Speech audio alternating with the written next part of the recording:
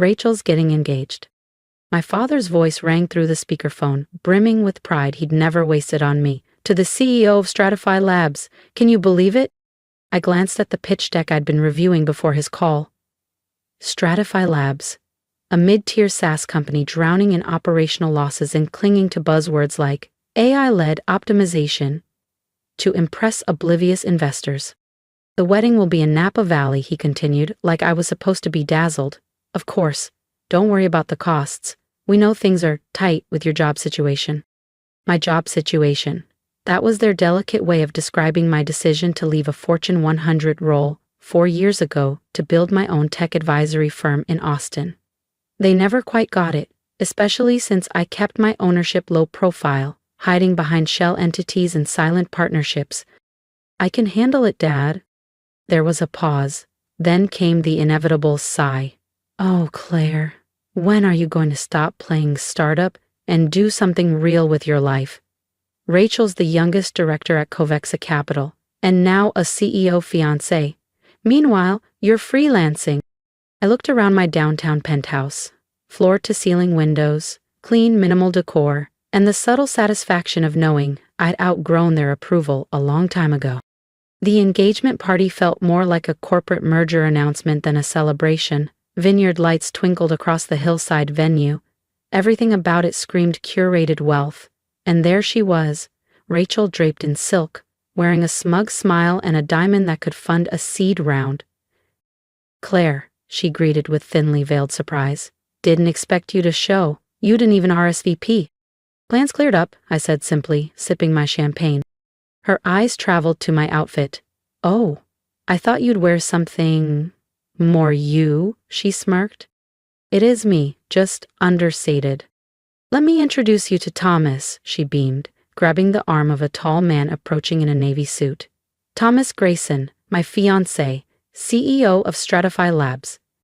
He extended his hand. Ah, Claire, Rachel's sister. She said you do some kind of tech advising? Something like that. Rachel giggled. Yeah, she helps out with startups and such. Thomas was just talking about his company's new funding round. I smiled. Yes, I've heard.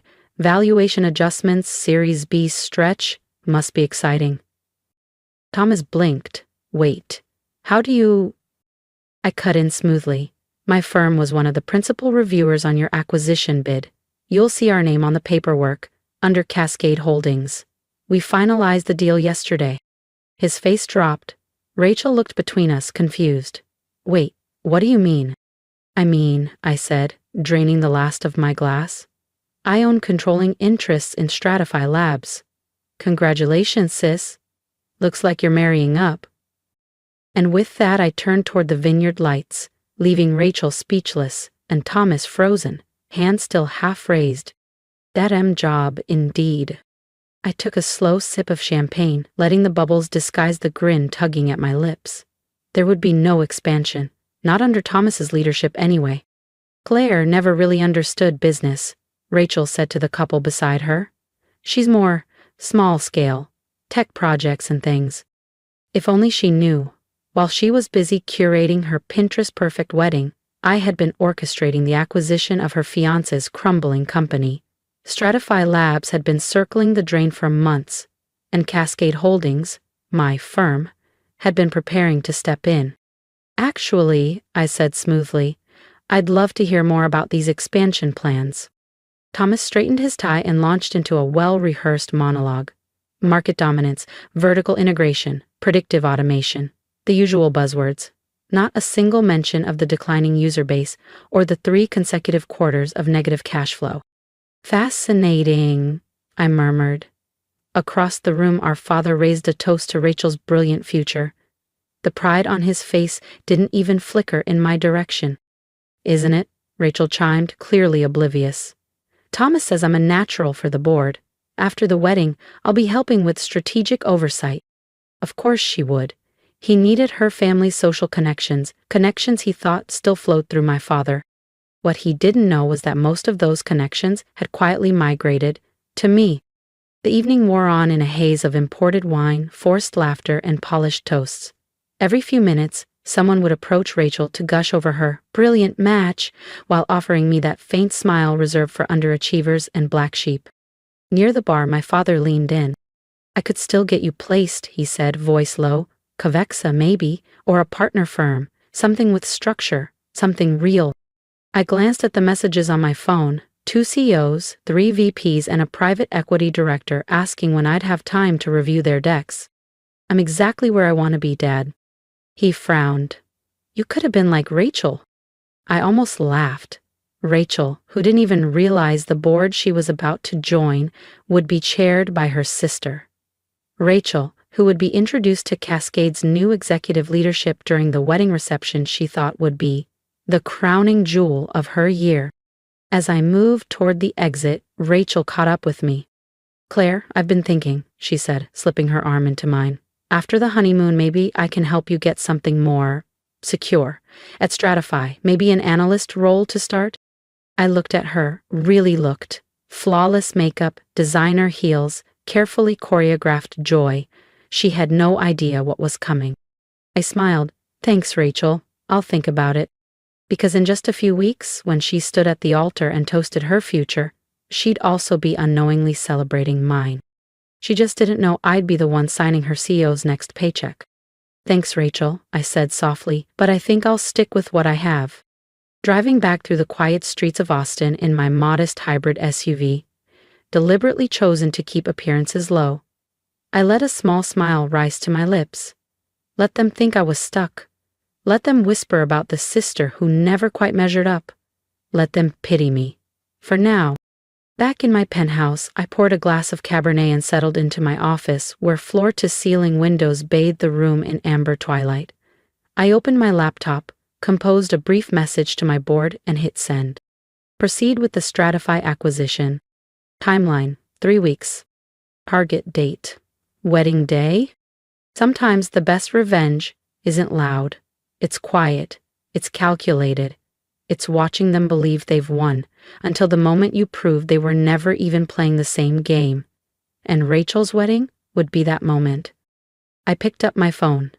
"Send me all recent meeting logs from Thomas Grayson," I texted my assistant. "And prep legal for announcement protocol." Everything was in motion. I just had to wait. The Hillcrest Vineyard in Napa was transformed into a scene straight out of a bridal magazine. Rows of white blossoms, candlelit walkways, a string quartet playing as sunset kissed the hills. Rachel, glowing in her couture wedding gown, was center stage in front of 500 swooning guests. And me? I was seated at table 18, near the back, naturally. My phone vibrated once. A single line lit up the screen.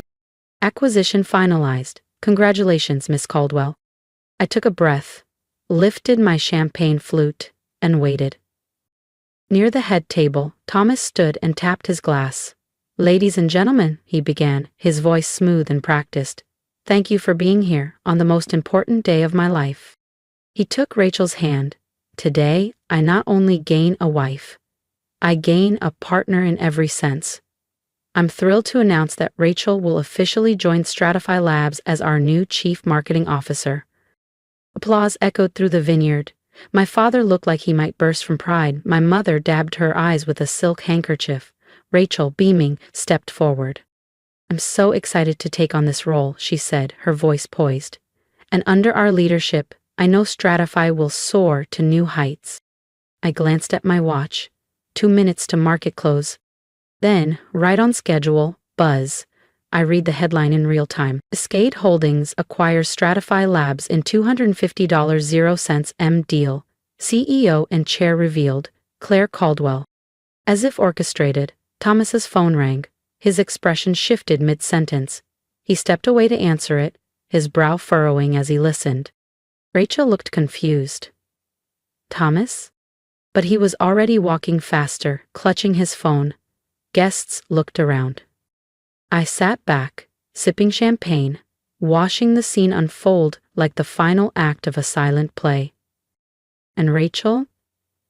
Still standing there, thinking this was her spotlight. She had no idea the lights had already shifted. They were on me now. Confusion, shock, disbelief. Thomas ended the call, his hands trembling slightly. Rachel leaned in, concerned. Thomas? What's wrong? His voice cracked. Stratify. It's been acquired by Cascade Holdings. He blinked in disbelief. They bought controlling interest? But that deal wasn't. It was, I interrupted, stepping forward. My heels clicked against the marble as the entire ballroom slowly turned toward me. Finalized 20 minutes ago, just as the market closed. The music faded to a hush. Rachel looked from me to Thomas, her eyes darting like she couldn't process what was happening. How do you even know that? Thomas demanded, still gripping his phone. I reached into my clutch and pulled out the card I rarely used. The real one. Claire Caldwell, founder and CEO. Cascade Holdings. Rachel's face lost all its warmth as her makeup, flawless until now, cracked under the strain of disbelief. No, she whispered. You're lying. You work at some little consulting place, some back-eshin tech gig? That little firm, I said evenly, was Cascade. I built it quietly while you were busy mocking my career and collecting titles for prestige. I turned to Thomas. And as of this morning, you'll find a resignation letter in your inbox. It's already been processed and accepted by the board. A ripple of whispers surged through the room. Someone gasped. My mother dropped her champagne glass. My father looked like he'd been struck across the face. You can't do this, Rachel shrieked, her voice cracking as she clutched her gown like it could anchor her to the reality she'd imagined. This is my wedding. My moment. I tilted my head. Actually, I can. And that CMO role you were so excited about? The board has some concerns, nepotism being one of them. We'll be moving in a different direction. Thomas slumped into his chair, his polished image unraveling as quickly as his career. I took another sip of champagne. Those expansion strategies you pitched at the engagement party? I said lightly. They're what convinced me Stratify needed a change in leadership. You handed me your weak points on a silver platter. Rachel stormed over, grabbing my arm, her bridal manicure digging in. Why would you do this? She hissed, her voice raw. I gently peeled her fingers off. Remember last Christmas, when you told everyone not to expect much from me because my job was pathetic, that it was probably a temp gig? You all laughed. I met her eyes. Well, consider this my wedding gift, a lesson in humility. From the edge of the room, my father finally spoke. Claire, all this time, you were building an empire? I finished for him, my voice calm. Yes, and in that moment, surrounded by stunned silence and shattered egos, I didn't just reclaim my place in the family, I redefined it. While you were lamenting my wasted potential, I said evenly, I was building Cascade Holdings into one of the most powerful private equity firms in the country. We closed over $50 million, 0 cents in revenue last year alone. My mother swayed slightly, gripping the back of a chair for support. The apartment, the clothes, the car, they were choices, I continued, straightening the collar of my minimalist black dress. I didn't need to perform success, I just needed to be ready when the moment was right. And what better moment than my dear sister's wedding? The ballroom was chaos now. Guests murmured and stared, fingers racing across their phones. A quick search of Cascade Holdings revealed exactly who I was. My face, my name, my empire. Rachel's dream wedding had become a headline in the making. Security, she screamed, turning to the staff. Get her out of here. I smiled. No need for that. I turned, my voice carrying. I own the property, I said simply. Purchased Hillcrest Vineyard last month through a holding company, just for today. The whispers turned into stunned silence. To all of you, please continue enjoying the celebration, I added. The champagne is excellent. I selected it myself. I walked toward the exit, calm in the storm. Behind me, I heard my mother call my name. I didn't look back. 10 years of dismissal, of mockery, of being told to be more like Rachel. All of it led to this perfect symmetry. One moment of silent, poetic justice. Outside, my driver opened the door to the black Bentley. No more modest cars. No more hiding. Where to, Miss Caldwell? The office, I replied, slipping into the back seat. "We've got a company to restructure." My phone buzzed constantly. Notifications from news outlets, desperate voicemails from family, Rachel's increasingly unhinged texts. I turned the phone off. Let them spin. Let them struggle to understand how the sister they'd written off had become the most powerful woman in the room. Let them realize that every dismissive comment, every "you're wasting your life," was just them digging their own professional graves. Monday morning. I sat in my corner office on the 34th floor of Cascade Tower, overlooking downtown Austin. Across the street, Stratify Labs employees filtered into their building, unaware that half of their senior staff would be terminated before noon. My assistant stepped in. "Your sister and parents are downstairs. They've been here since 7.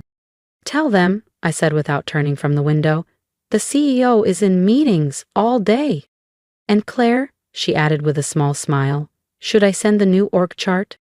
"Yes," I said, "the one showing Rachel's CMO position removed entirely." "That's cold," she whispered. "No," I said, finally facing her. "That's business." I picked up a photo frame from my desk, the last family Christmas, where they laughed at my little tech job. I dropped it into the trash. Success isn't always about proving people wrong.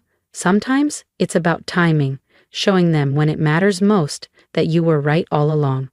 And as Stratify's stock soared under Cascade's control, as Rachel's carefully constructed world fell apart, as my parents came to grips with the truth they'd ignored for years, I knew one thing without a doubt. The job they mocked had become their dead end. And I had become what they never saw coming, their boss. For anyone who's ever been doubted by their own family, I see you. I was you. I was the one they brushed off at dinner parties, the one whose success didn't look the way they wanted it to. But while they were busy mocking my dead-end job, I was quietly building an empire. And when the time was right, I let the truth speak for itself. If my story resonated with you, drop a comment below. Tell me, have you ever been the underdog in your own family? Have you ever chosen the quiet path, the one no one understood? I want to hear your story. Your words could be the spark someone else needs to keep going. And if you're still in that chapter where they don't believe in you, don't worry. You don't need their belief to succeed, you just need your own.